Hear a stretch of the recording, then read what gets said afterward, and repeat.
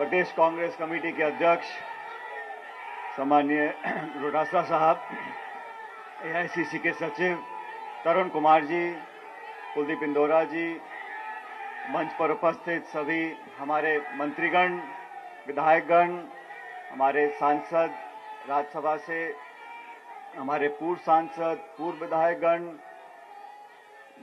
जिला कांग्रेस कमेटी के निवर्तमान अध्यक्ष, पदाधिकारीगण, नौजवान दोस्तों, किसान भाइयों, भाई रुक जाइए, शांति प्लीज। अभी आपने सभी नेताओं के भाषण सुने और आज मैं धन्यवाद देना चाहता हूं प्रदेश अध्यक्ष डोटासरा जी को कि उन्होंने आह्वान किया कि जिस मुद्दे पर पूरा देश आज विचलित है, आंदोलित है, उस मुद्दे पर प्रदेश कांग्रेस कमेटी की तरफ से सभी कार्यकर्ता और किसान एकत्रित हों सिविल लाइंस फाटक पर। और यहां पर जैसा हम पूरे देश में कर रहे हैं कांग्रेस पार्टी, वैसा ही राजस्थान में माननीय गवर्नर महोदय का घेराव कर वहां पर अपनी बात को पुरजोर तरीके से रखा जाए। दोस्तों, सबके भाषण हो गए, मैं बहुत लंबा नहीं बोलना चाहता हूं, लेकिन दो तीन बातें स्पष्ट हुई हैं।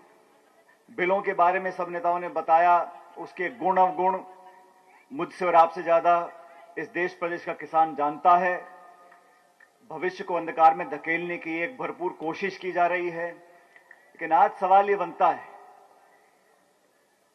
कि इसके बाद हम लोग क्या करेंगे, क्योंकि भारत सरकार की जो अब तक नीति रही है, जो रवैया रहा है, जिस प्रकार से कानून बनाकर लागू किए, जल्दबाजी में किए, जबरदस्ती किए, और 2 महीने से पूरा देश और पूरी दुनिया इस बात की गवाह है कि जमीन के हमारे धरातल पर रहने वाले, जीने वाले किसान भाइयों की न सिर्फ बात को अनसुनी किया जा रहा है, लेकिन दुष्प्रचार किया जा रहा है।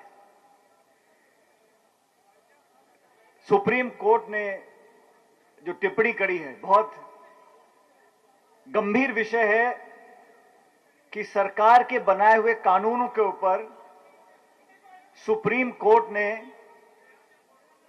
उन कानूनों को सस्पेंड किया है और एक कमेटी का गठन किया है। सुप्रीम कोर्ट ने देखा कि किसान आंदोलन जिस तीव्रता से बढ़ रहा है और जो रवैया सरकार का है, 8-8, 9 बार वार्ता के लिए आप बुला रहे हो, कौन नहीं जानता कि आप किसानों को थकाना चाहते हो, डिले कर किसानों की उम्मीदों पर पानी फेरना चाह रहे हो। कौन नहीं जानता कि सरकार जिद्दी है, अड़ियल है, और कानून बनाकर उन्होंने सिर्फ इस बात को प्रदर्शित किया है कि मनमानी कर सकते हैं, बहुमत हमारे पास है। अभी नीरज जी बोल रहे थे, सदन के अंदर जिस प्रकार पास किया, कोई मतदान नहीं हुआ, सदन में धक्का देकर पास कराया, राष्ट्रपति महोदय से सिग्नेचर करवा लिए, कानून लागू हो गए हैं। अब सुप्रीम कोर्ट ने जो कमेटी बनाई है, मैं सर्वोच्च न्यायालय का पूरा सम्मान करता हूं और उन पर कोई टिप्पणी नहीं करना चाहता हूं, लेकिन मुझे कहने में कोई गुरेज नहीं है। कांग्रेस पार्टी हो या इस देश का सच्चा नागरिक हो, हम सब किसानों के साथ खड़े हैं। अगर किसान इस कमेटी को नहीं मानते तो हम किसानों की बात को मानेंगे। जो विश्वास पैदा किया है, उस विश्वास को पूरा करने के लिए सरकार को स्वतः ही इन कानूनों को वापस लेना पड़ेगा। आज बात सिर्फ 3 कानूनों की नहीं है। जो वायुमंडल निर्मित हुआ है, जो वातावरण बनाया है देश में किसानों और किसानी को लेकर, उस पर ध्यान देना पड़ेगा। आप सबको याद है, यही बीजेपी की सरकार ने वादा किया था कि किसान की जो खपत होती है, बीज, बिजली, तेल, पानी, खाद, मेहनत, वो दाम वो तय करेंगे, 50% का मुनाफा किसान को मिले लागत के ऊपर। आज तक कहीं ऐसा नहीं किया। और जब से बीजेपी की सरकार केंद्र में बनी है, 6 साल हो गए, राज्य सरकारें बोनस दिया करती थी फसल के ऊपर, वो बोनस देने बंद कर दिए। बीमा कंपनियों को 20,000 करोड़ रुपए का फायदा हो गया। किसानों का बीमा करने वाली कंपनियों को पिछले 2 सालों में 20,000 करोड़ रुपए का मुनाफा हो गया। और छोटा किसान मुआवजा पाने के लिए दर-दर भटक रहा है।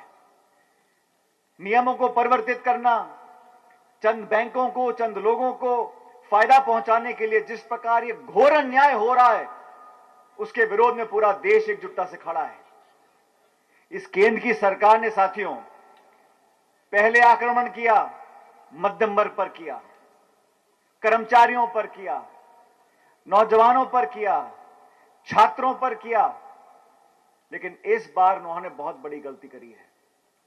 इस बार उन्होंने आक्रमण इस देश के अन्नदाता पर कर दिया, किसान पर कर दिया, और वो बर्दाश्त के बाहर है।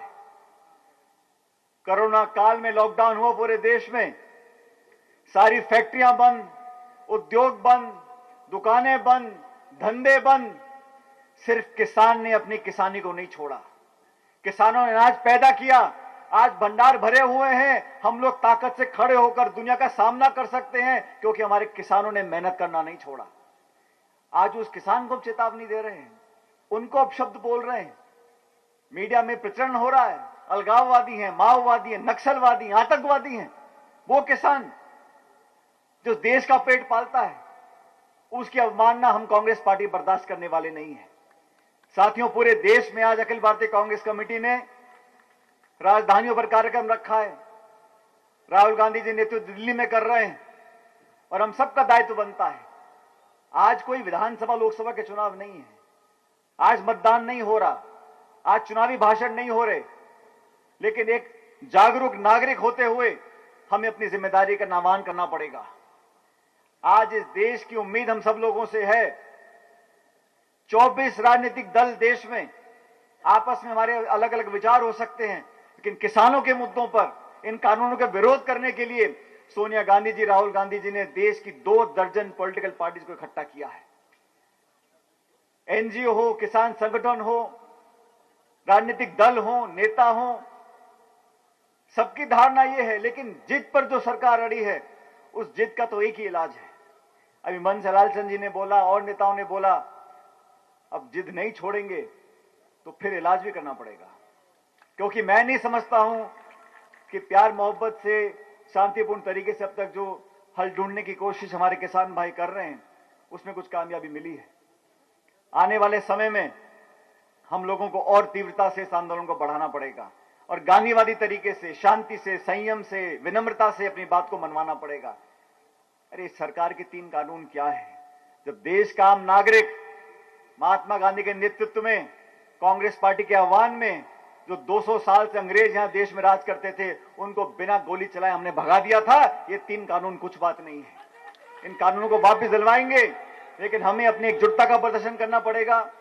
मुझे खुशी है कि आज तमाम नेतागण, कांग्रेस पार्टी के कार्यकर्ता, किसान साथी, आसपास के इलाके के सब लोग यहां पर इतनी बड़ी संख्या में आए। मैं पुनः धन्यवाद देना चाहता हूं हमारे अध्यक्ष महोदय का कि आपने हम सबको यहां पर आने का मौका दिया। और साथियों, अंत में आपसे इतना निवेदन करूंगा, पार्टियां, सरकारें, चुनाव, नेता आएंगे चले जाएंगे, लेकिन ये कानून अगर इतिहास में लिखे गए और आज हम लोगों ने विरोध करके कानून को खत्म नहीं करवाया, तो आने वाली पीढ़ियां हमको माफ नहीं करेंगी। बहुत गंभीरता से हमें इस आक्रमण को रोकना है और सरकार को मुंहतोड़ जवाब देने के लिए शांतिप्रिय तरीके से, गांधीवादी तरीके से इस आंदोलन को आगे बढ़ाना है। आज किसान हमारी तरफ देख रहा है और कांग्रेस पार्टी को अपनी ऐतिहासिक जिम्मेदारी निभाने के लिए आगे आना पड़ेगा। हम सब यहां पर इकट्ठा हुए, आप सब लोग भी यहां पर आए, मैं आपका बहुत बहुत धन्यवाद देता हूं। जय हिंद, राम राम साहब।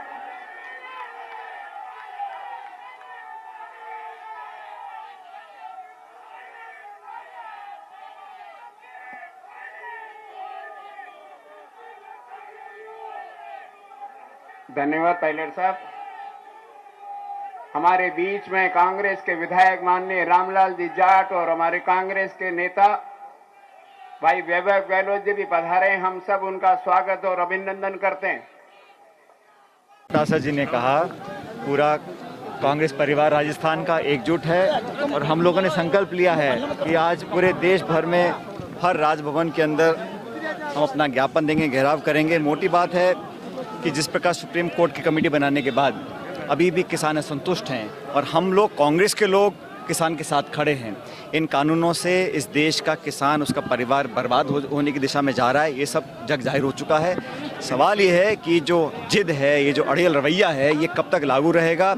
देश का किसान और आम नागरिक भी इस मुहिम से जुड़ते चले जा रहे हैं। आज हमने प्रदेश अध्यक्ष जी के नेतृत्व में यहाँ पर धरना दिया, राजभवन को हमने घेरने की बात रखी थी, लेकिन हम नहीं चाहते कि यहाँ पर कोई कानून व्यवस्था में कोई दखल दें, इसलिए शांतिपूर्ण तरीके से इन बात को रखा और लगातार वार्ता कर ये किसानों का मनोबल ख़त्म करने की कोशिश केंद्र सरकार कर रही है।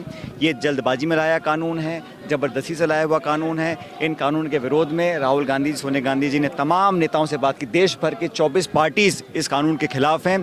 संसद से लेकर सड़क तक इन किसानों के बिलों के खिलाफ कांग्रेस पार्टी का कार्यकर्ता एकजुट है। हमने प्रदेश सरकार ने ऑलरेडी कानून बनाकर गवर्नर साहब को दे दिए हैं, लेकिन वो किसी कारणवश उनको पारित नहीं करवा रहे हैं। यहाँ भी कहीं ना कहीं दबाव दिखता है, लेकिन इन किसानों की संघर्ष के लिए तमाम कार्यकर्ता, किसान, 36 कौम के लोग उनके साथ हैं और हमेशा रहेंगे। और जब तक ये सरकार ये तीनों कानून वापस नहीं लेती, तब तक संघर्ष जारी रहेगा। आपने कहा कुछ एग्रेसिव करना पड़ेगा, आंदोलन ऐसे काम नहीं चलेगा। हम लोग कुछ एग्रेसिव नहीं कर रहे हैं, हम तो किसान के साथ खड़े हैं। वो ठंड में, सर्दी में घर परिवार छोड़कर सड़कों पर खड़ा है। दिल्ली की सड़कों को खोद दिया गया किसानों को रोकने के लिए। ये कहाँ का लोकतंत्र है। और वो किसान जो आज शहीद हो गए हैं, वो 55-60 किसान जो जान खो चुके हैं, उनका कौन भुगतान करेगा। बीजेपी की सरकार को किसानों से माफ़ी मांगनी चाहिए और तुरंत प्रभाव से इन तीनों कानूनों को विनम्रतापूर्वक माफ़ी सहित वापस लेना चाहिए। एक कमेटी के सदस्य में इस्तीफा